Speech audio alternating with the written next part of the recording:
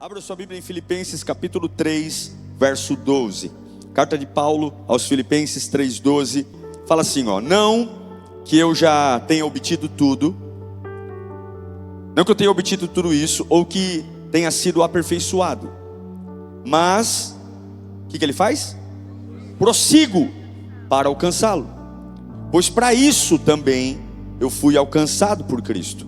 Então ele está dizendo que ele não obteve tudo, e que ele não foi aperfeiçoado em tudo, mas porque Cristo está nele, ele prossegue. Verso 13. Irmãos, eu não penso que eu mesmo já tenha alcançado, mas uma coisa eu faço. Uma coisa. Eu não estou pronto, eu não sou completamente aperfeiçoado, mas o Cristo que está em mim me impulsiona, e uma coisa eu faço: esquecendo-me das coisas que ficaram para trás, eu esqueço das coisas que ficaram para trás e avanço para as que estão adiante. Prossigo para o alvo, a fim de ganhar o prêmio do chamado celestial em Deus, Cristo Jesus. Feche os seus olhos. O Espírito Santo está aqui. Mas eu quero dizer, infelizmente, Satanás também está. E tudo que ele vai tentar fazer é roubar a sua atenção. A palavra não é para você apenas se animar com ela. A palavra revela destino. A palavra te dá direção. A palavra descortina as mentiras que o diabo disse, e o Espírito Santo está aqui. Peça ao Senhor para falar com você agora. Tire sua cabeça de qualquer reunião, de qualquer compromisso, de qualquer exame. Tire sua cabeça de qualquer conversa. Agora venha para cá. Espírito Santo, nós invocamos a tua presença e pedimos que o Senhor brade aqui, que o Senhor venha aqui, que a tua glória se manifeste, que as cadeias sejam quebradas, que os grilhões sejam desfeitos, e que a tua glória seja palpável nesse tabernáculo. Que aquilo que esteja segurando o avanço da tua obra pare agora, e que esta consagração seja poderosa. Rompa em nós, ó Deus. Nós te pedimos em nome de Jesus. Amém. Glória a Deus. Glória a Deus. O apóstolo Paulo está nos dando duas informações importantes. A primeira delas é que ele não está pronto, e que ele não se acha plenamente apto, mas porque ele teve um encontro com Deus. Porque ele teve um encontro com Deus, ele precisa prosseguir para alguma coisa. Ele precisa se mover para alguma coisa. Sim, a fé cristã nos leva a movimentos. E como que ele caracteriza a efetividade do Espírito de Deus que está nele? Ele prossegue para um alvo, esquecendo das coisas que para trás ficaram. O que é interessante é que Paulo não está dizendo se essas coisas que ficam para trás são coisas ruins. Ele não está dizendo que o que ficou para trás é macumba. Ele não está dizendo que o que ficou para trás foi algo horrível. Mas ele está dizendo que pelo encontro que ele teve com Deus, e pelo Espírito que há nele, ele mesmo sabendo que não tem todas as ferramentas, todos os recursos, e mesmo sabendo que ele não está plenamente pronto, ele precisa ir. O Espírito o chama a um avanço. O Espírito o chama a um progresso. Progrido. Você sabe, e aqui eu pedi para colocar a foto de um pintinho. Um pintinho tem 21 dias de incubação dentro do ovo. Quantos dias? 21 dias. Em 21 dias, aquele ambiente o alimenta, o protege, o nutre, o aquece. Em 21 dias, dentro daquele ovo, aquele embrião se desenvolve. Mas quando completam 21 dias, ele precisa quebrar a casca do ovo. Porque se em 21 dias ele não quebrar a casca do ovo, o mesmo lugar que o alimentou, que o protegeu, que o aqueceu, vai sufocá-lo até a morte. O mesmo lugar que foi uma bênção, mas se vencer os 21 dias, a proteção vai matá-lo, a segurança vai matá-lo, A fonte que o alimentou vai matá-lo. O lugar que me trouxe vida até aquele momento vai matá-lo. E eu me lembro de Paulo dizendo: eu não estou pronto, eu tenho coisas mal resolvidas ainda, eu tenho coisas a ajustar na minha vida, mas porque eu tive encontro com Deus, uma coisa eu faço, esquecendo-me das coisas. Não importa quanto eu as amo, não importa o quão precioso foi aquele momento, mas o Espírito que está em mim me anuncia um progresso. Veja, nós vivemos uma crise chamada proteção extrema. Uma crise que começa dentro das famílias. Uma crise que começa dizendo: porque eu amo, eu vou blindar. Porque eu amo, eu vou proteger. Isso acontece com pais que, por amarem filhos, os colocam em ambientes de extrema proteção. Isso nós chamamos de mimo. Mimo é a arte de tornar adultos incapazes. Você quer tornar um adulto improdutivo? Mime seu filho. Resolva os problemas dele. Crie uma cultura onde você resolve tudo para ele. Se ele não vai à escola porque está com preguiça e ele perdeu um dia de prova, vá lá na escola e brigue com o professor e diga que é um absurdo não abrir um novo dia de prova para o seu filho, que não foi à escola porque estava com preguiça. Mas não brigue com seu filho, porque, tadinho, ele tem o direito de ter preguiça. Não deixe seu filho ralar o joelho. Não deixe seu filho chorar. Não deixe seu filho sofrer. Não deixe seu filho sentir dor, em momento nenhum. Não deixe seu filho sentir tédio. A qualquer sinal de tédio, dê ele uma tela. Deixe que ele se sinta seguro dentro de um ambiente que ele é aquecido, protegido, nutrido, porque essa é a fórmula eficaz para um adulto frustrado, para uma pessoa incapaz. O mimo é a fórmula infalível para alguém que não vai produzir ninguém. Basta proteger alguém do mundo e ele vai crescer como um pintinho que, quando chegar 21 dias, não terá força de quebrar a casca do ovo. Quem mima seus filhos lança uma mensagem equivocada de que quando essa criança for adulto, ela não vai encontrar um síndico, ela vai encontrar um pai e uma mãe. Ela não vai encontrar um chefe, ela vai encontrar um pai e uma mãe.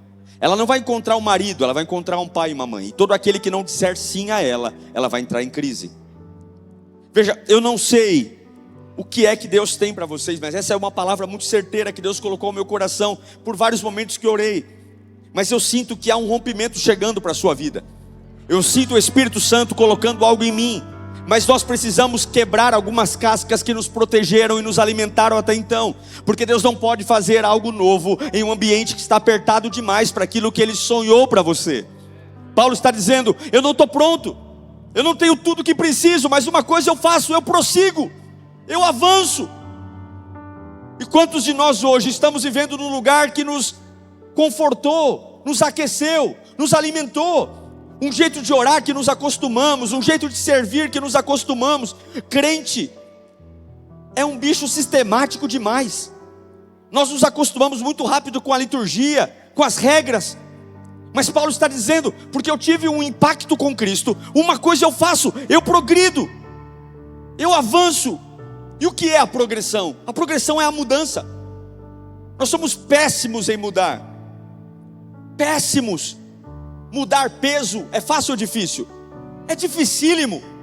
Mudar uma mente é dificílimo. Crentes velhos são os mais chatos. Muitas vezes você pega um crente novo, ele topa tudo. Ele vem de noite, ele vem de dia. Mas o crente antigo, algumas vezes ele está tão acostumado a morar numa casca de ovo, que ele não consegue romper e dizer o seguinte: eu vou estar aqui, eu vou viver aqui. Padrões viciantes. É sobre isso que Paulo está falando. Eu não posso ter um padrão viciante se eu sirvo o Deus da criatividade. Eu não posso me acostumar com um jeito de orar se existe uma multiforme graça de Deus, que eu posso orar de um jeito que ninguém no planeta Terra orou ainda. Eu não posso me acostumar a cantar de um jeito único, se Deus pode me dar uma inspiração e eu cantar em novas línguas, eu cantar de um novo jeito. Eu não posso me acostumar. Olha, eu não sei muito bem como vai ser julho, mas uma coisa eu faço: eu estou me despedindo de junho e eu estou avançando para o prêmio da soberana vocação em Cristo Jesus. Eu não sei muito bem, eu estou avançando. E existe uma força hoje que vai quebrar a casca do ovo em nome de Jesus. Eu quero declarar que você não vai morrer sufocado no lugar que te alimentou até hoje.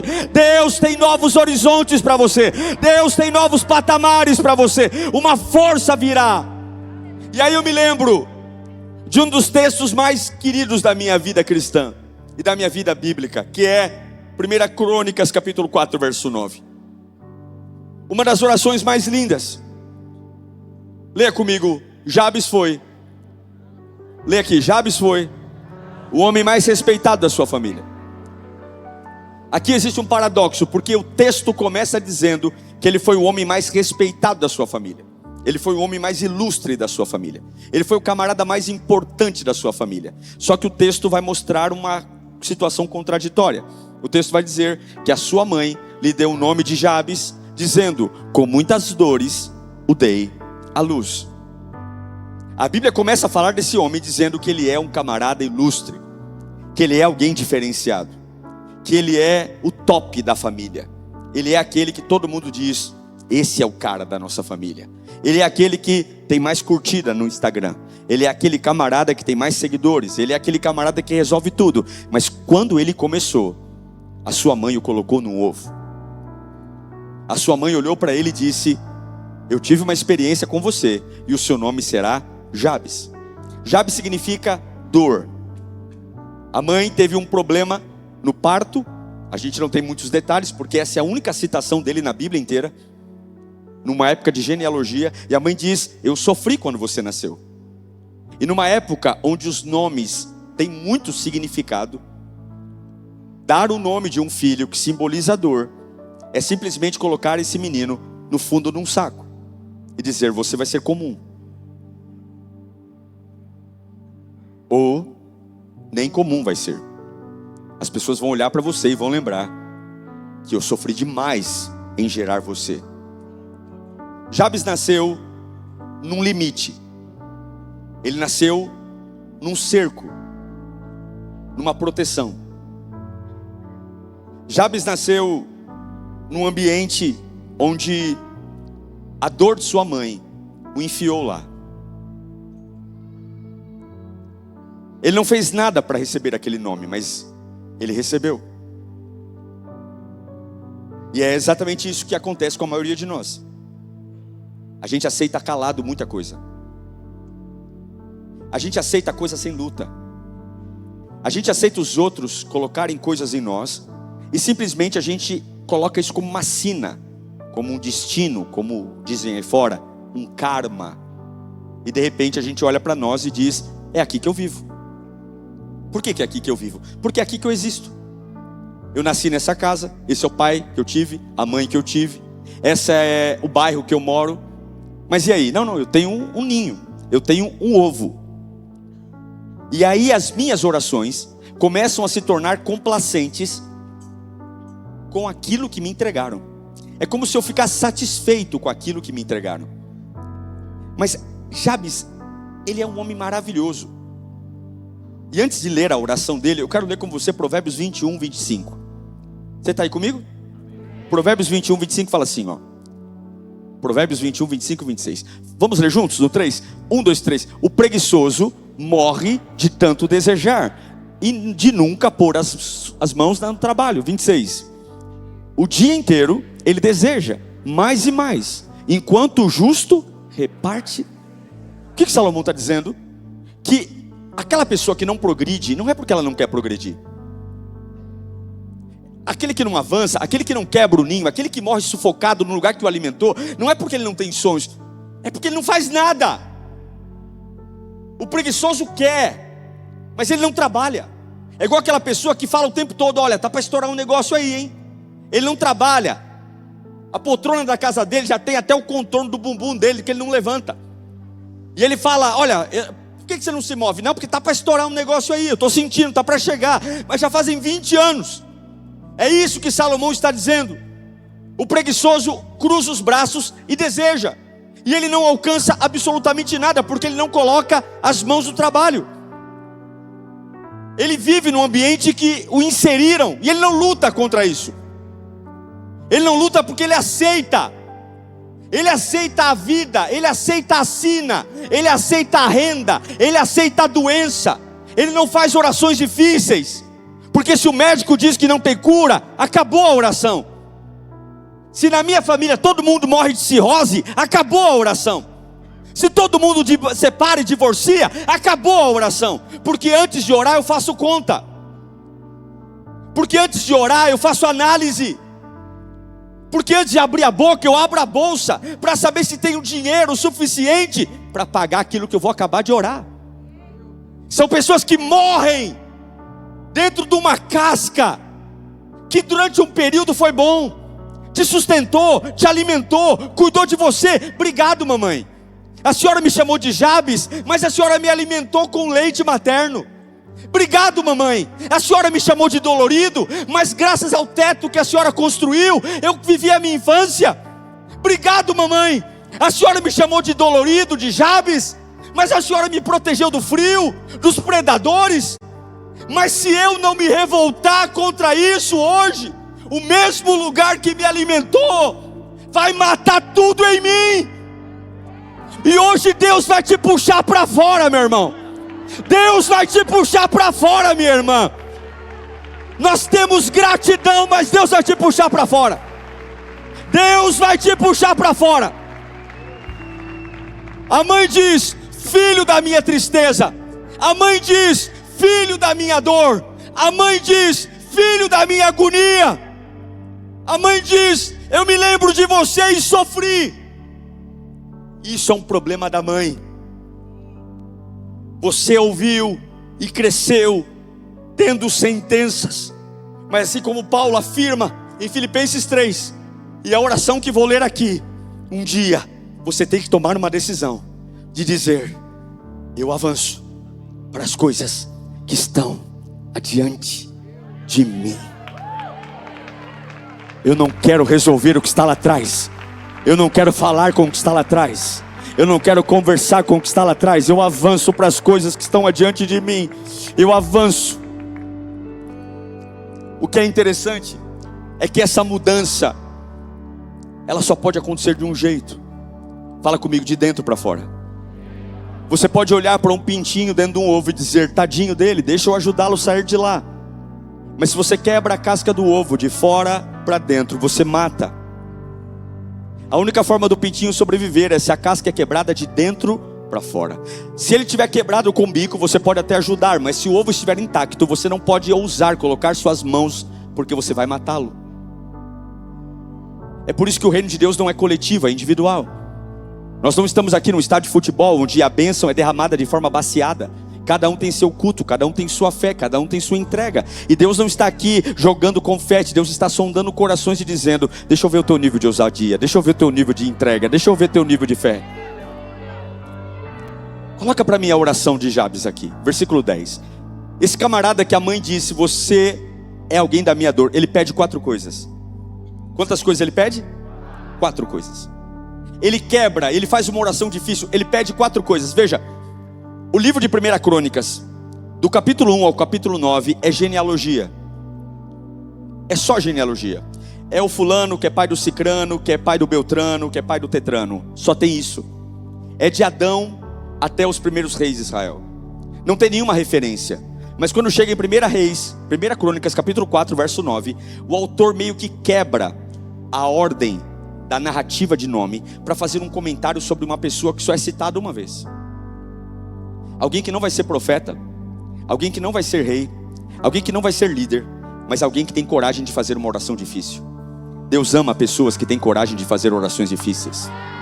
Deus ama pessoas que têm coragem de fazer orações difíceis. Deus ama pessoas que têm coragem. Ele vai pedir 4 coisas. Qual é? Primeira coisa, fala comigo: abençoe-me. Levanta a mão e fala: Deus me abençoa. Você sabe o que é uma pessoa abençoada? Uma pessoa abençoada é uma pessoa que quando põe a mão, todo mundo fala assim: ué, como é que você conseguiu? Estou tentando fazer isso há muito tempo e não consigo. Como é que você conseguiu? Uma pessoa abençoada é alguém que tem um ramo de negócio que todo mundo está quebrando. Aí você vai fazer a mesma coisa e você fecha um baita contrato. E fala: o que está acontecendo, rapaz? O Como é que você conseguiu? Você é muito abençoado. Fulano, meu filho estuda na mesma escola que você, que o teu filho. Meu filho está cheio de problema, teu filho está lá diferente.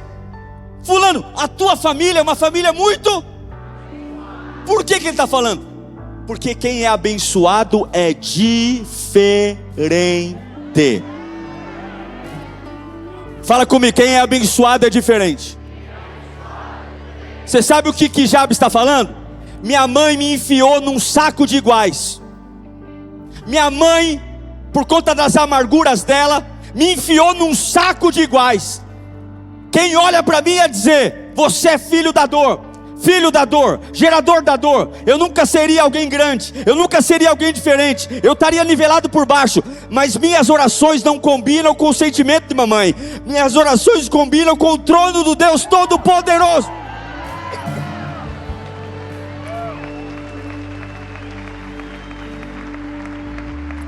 Ele vai dizer: abençoa-me, eu quero ser diferente.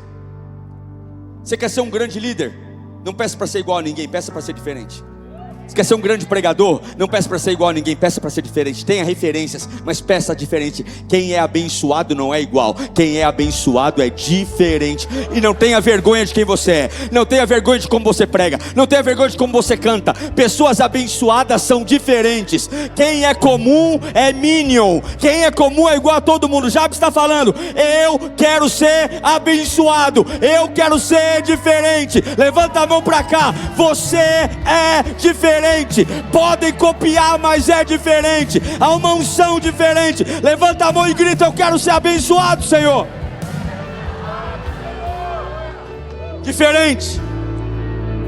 É uma unção diferente. Você vai colocar o pé no lugar que todo mundo coloca. Tem um clima diferente, tem um poder diferente. E sabe o que é o mais doido? Sabem o nome que te colocaram. E quando olham para o nome que te colocaram, quem você é, dizem: não combina nada. Ele não é filho da dor, ele é filho da bênção. Ele está dizendo: eu quero ser abençoado. Eu amo mamãe, mas eu não vou carregar os rótulos que mamãe me deu. Eu quero ser abençoado. Eu não vou ficar num lugar pré-determinado. Escuta aqui, você não é obrigado a viver num lugar a vida inteira. Por que você não pode morar numa casa melhor que a sua que você tem hoje? Eu conheço gente que tem 40 anos e já definiu que vai morar naquela casa até morrer. Ai, glória a Deus, eu estou satisfeito com a minha casa. Pode ser besta, Deus tem muito para fazer na tua vida.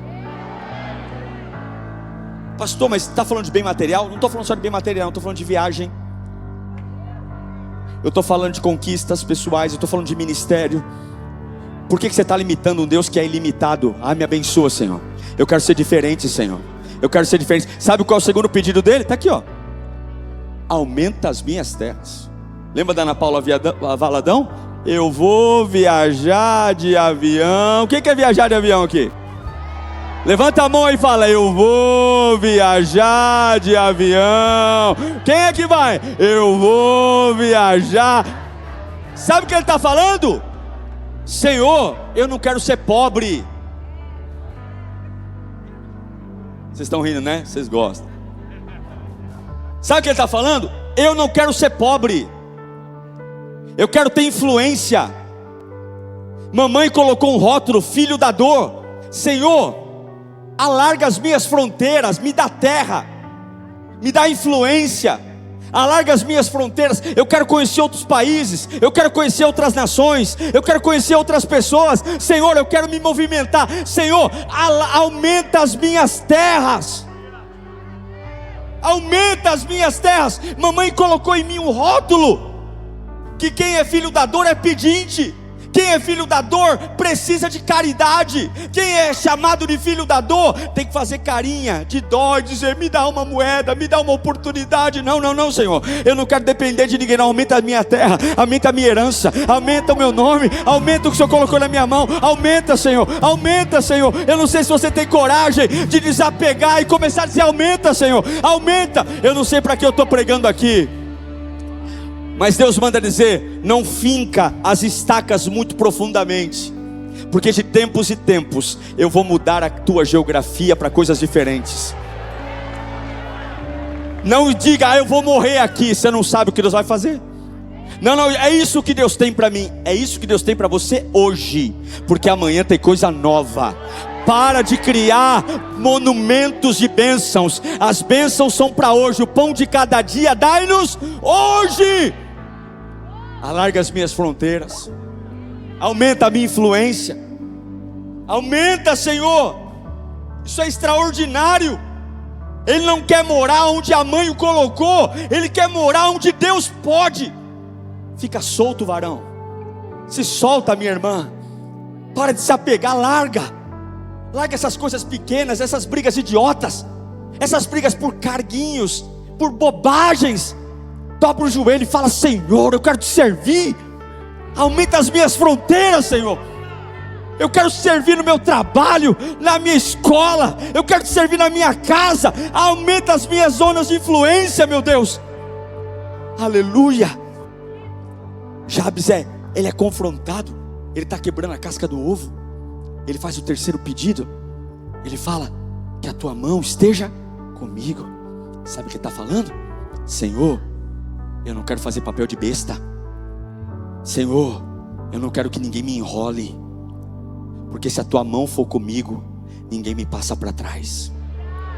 Se a tua mão for comigo, eu não caio em golpe.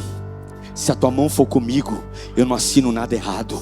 Se a tua mão for comigo, eu não vou ser enganado por ninguém. Se a tua mão for comigo, eu vou prosperar. Sabe o que ele está falando? Eu não quero fazer papel de idiota, Senhor. Se o Senhor estiver comigo, o Senhor vai revelar quem é de Deus e quem é do diabo. Se o Senhor estiver comigo, eu vou saber quem é lobo em pele de cordeiro. Se o Senhor estiver comigo, Senhor, eu não vou cair nas arapucas da vida. Se o Senhor estiver comigo, eu não vou ser enganado. Senhor, vai comigo, porque eu não quero. Olha que lindo. Olha que lindo. Ele quer a bênção e ele quer aumento de terra. Mas olha o que um homem inteligente faz. Ele não quer bênção e dinheiro se o Senhor não estiver com ele. Senhor, se eu for para a Europa, o Senhor vai comigo. Senhor, se eu for comprar uma casa no exterior, aquela casa o Senhor vai morar comigo. Vai ter um servo de Deus morando lá. Senhor, se eu abrir filiais da minha empresa, em cada filial o Senhor será o rei de cada uma delas. Que a tua mão esteja comigo. Fala comigo, a mão de Deus comigo. Eu não quero um relacionamento que a mão de Deus não esteja comigo. Eu não quero um trabalho que a mão de Deus não esteja comigo. Por quê? Porque eu sou beato, não porque eu não sou burro. Porque se a mão de Deus está comigo, ninguém me faz de trouxa. Deus revela o que está oculto. Deus leva a luz aonde está em trevas. Deus abre portas. Coloca a mão sobre a sua cabeça e diga: a mão de Deus comigo. A mão de Deus comigo. A mão de Deus. Quem está fazendo essa oração é alguém que a mãe disse: você é filho da minha tristeza. E ele está fazendo uma oração como se ele dissesse: a minha vida não tem que ser do jeito que mamãe disse que ia ser. O mesmo poder que está tomando Jabes vai tomar você hoje. Tudo que eu estou dizendo é que nós temos uma habilidade no Espírito de nos levantar acima daquilo que nos é imposto e através pelo poder de Deus viver a graça. Aí ele pede a quarta coisa. Ele pede a primeira: me abençoe, eu quero ser diferente. Ele vai dizer: aumenta as minhas terras, aumenta as minhas influências, eu quero chegar mais longe. Que a tua mão seja comigo. E aí ele vai pedir a quarta coisa: guardando-me de males e livrando-me de dores. Sabe o que ele está falando? Deus, eu não quero sofrer. Ai pastor, mas que ousadia. Ué, cada um sabe o Deus que serve. Se o teu Deus é fraco, você não pede nada. Se o teu Deus é forte, você pede. Ué. Deus limitou o que você pode pedir para Ele? Deus colocou uma trava no que você pode pedir? Não, se você não pede, porque você é tonto. Porque deveria pedir é muito. Deveria pedir tudo. Ele está abrindo a boca dizendo: eu não quero sofrer males e eu não quero ter dor. Eu não quero ter dor. Não quero sentir dor. Você pode dizer: Deus, eu não quero ter câncer. Deus, eu não quero ter diabetes. Tem muita gente na tua família morrendo de Alzheimer. Senhor, eu quero envelhecer em paz, eu quero envelhecer bem, eu quero envelhecer com saúde. Eu não quero usar fralda quando eu for velho não, Senhor. Posso pedir. Senhor, eu quero viver os meus últimos dias são fazendo a tua obra, em dignidade. E sabe o que é o mais doido? É que a mãe diz, você é filho da dor, você é filho da dor. Esse camarada faz uma oração descolada do que a mãe disse. E aí o que é mais incrível, e Deus atendeu ao seu pedido. Deus falou, eu estou com você. Eu estou com você. O autor de Crônicas teve que parar a escrita da genealogia para não contar a história de alguém que está quebrando a casca do ovo e dizendo, eu não vou morar aqui dentro. Eu não vou morar aqui dentro. Eu não vou morrer aqui dentro. É o José, que é um ingênuo, e Deus está dizendo, teu pai Jacó te protegeu, teu pai Jacó te deu capa, teu pai Jacó te deu túnica, mas esse lugar é pequeno, vamos quebrar essa casca, vamos quebrar, José, vamos? Então vai para a cisterna, tuf. Então vai para o mercado de escravos, tuf. Então vai para a casa de Potifar, tuf. Então vai ser acusado de estupro, tuf. Então vai para a prisão, tuf. Então vai ser alguém que vai abençoar alguém, vai ser esquecido, tuf. E de repente, dentro da prisão, a casca se quebra. Mas ele já não é mais um garotinho boca aberta que conta os sonhos da mesa. Ele já não é mais um garotinho boca aberta que acha que todo mundo é bonzinho. Ele já agora é um homem que você não vê um versículo em Gênesis dele dizendo como se sente. Porque quando você quebra a casca do ovo, você é mais esperto do que aquilo que fazem contra você. Quando você quebra a casca do ovo, você para de se ofender por idiotice e começa a olhar para aquele que não tem limite e pode fazer todas as coisas. O Senhor pode todas as coisas. Todas as coisas. Eu quero dizer para você, a sua vida não precisa ser a expectativa dos outros. Eu me lembro de Eliezer, quando Abraão falou assim para ele, Eliezer, aqui onde nós estamos, não tem nenhuma mulher para casar com Isaac. Isaac já é um quarentão, já está velho. E se Isaac não casar, a promessa não se cumpre, Eliezer. Coloca a mão debaixo da minha coxa aqui e vai lá buscar uma mulher para o meu filho na Mesopotâmia, na minha terra natal. Eliezer anda 400 quilômetros. Ele tem ouro na bolsa. Ele tem camelos, ele levou 10 camelos de Abraão. E ele tem que encontrar uma mulher para casar com ninguém mais, ninguém menos com Isaac, a semente da promessa. E quando ele anda 400 quilômetros, 30 dias, ele não vai descansar. Ele vai para uma fonte, onde as mulheres normalmente vão. E ele faz uma das orações mais loucas da Bíblia. Eliezer fala assim, fica comigo. Ele fala assim, ó Deus do meu senhor Abraão, a jovem que aparecer aqui nesta fonte, e eu pedir água para ela, e ela me der água. Se ele parasse a oração aí, já seria uma oração muito difícil, porque ele é um estrangeiro, ele é um estranho. E uma moça estranha dar água para ele já seria algo quase que impossível. Mas ele não para a oração aí, porque ele não quer qualquer jovem, ele quer a jovem certa. E quem quer a coisa certa não tem medo de fazer orações difíceis. Olha aqui.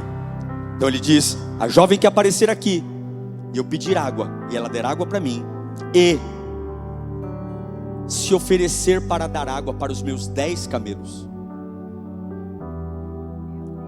Essa é a jovem. Você sabe quantos litros de água toma um camelo? Quase 100 litros de água. Ele tem 10 camelos. Ele está dizendo que a jovem que vai levar para a casa do Abraão, para casar com Isaac, é a jovem que ele vai pedir água, e ela, sem ele falar nada, vai oferecer dar água para os 10 camelos. Sabe o que é isso? É uma oração impossível. Qual a probabilidade de você acreditar que uma mulher faria isso por você, sem você pedir?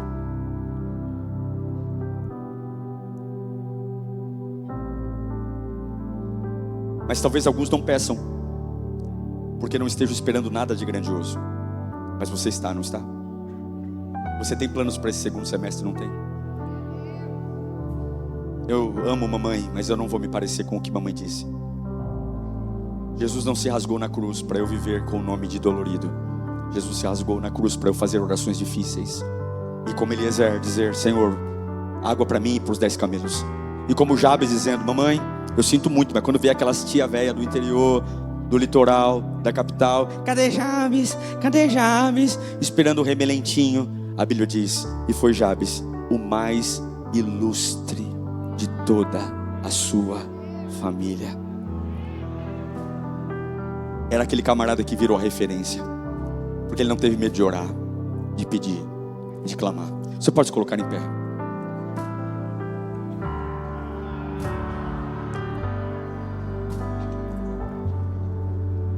Eu vou fazer um ato profético aqui com a permissão do bispo e da bispa.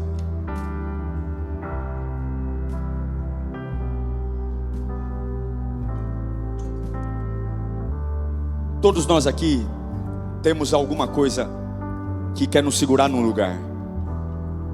Eu vou dizer para você que um dos maiores problemas é a necessidade que a gente tem de atender a expectativa dos outros. A gente sofre demais porque a gente é bom, sabe? A gente não quer frustrar ninguém. E para não frustrar as pessoas, a gente se limita. A gente vive num lugar que até foi bom. Um jeito de orar, um jeito de cantar. Mas Deus está dizendo: filho, eu não tenho como fazer nada diferente. Porque esse lugar foi bom, mas se o meu espírito está em você, você tem que progredir. E vão ficar para trás mesmo. Tem pessoas que não vão avançar com você.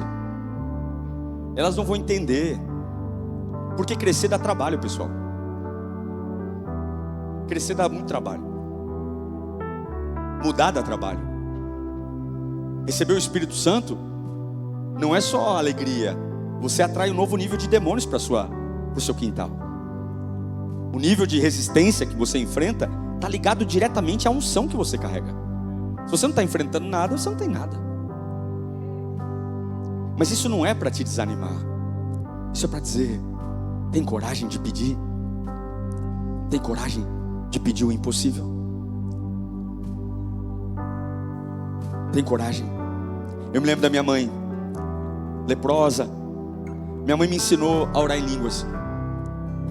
Eu aprendi a orar em línguas vendo minha mãe orar. A minha mãe descia nos porões, minha mãe leprosa durante muitos anos, muita dor, muita ferida. Hoje plenamente curada, nem marca de catapora tem. Mas eu me lembro que eu chegava da escola e via minha mãe no porão de casa, orando horas, uma baixinha assim. Você acha que eu sou baixinho por quê? Minha mãe é desse tamanho. E ela falava em línguas o tempo todo, orava. E um dia ela disse para mim: filho, o dom de línguas não é para enfeitar o culto. O dom de línguas é quando a gente não sabe nem o que falar. E aí o nosso espírito começa a falar e Deus entende a gente tão bem. E Ele responde a gente de um jeito tão maravilhoso. Nós vamos fazer um ato profético e eu vou passar para o bispo e para a bispa.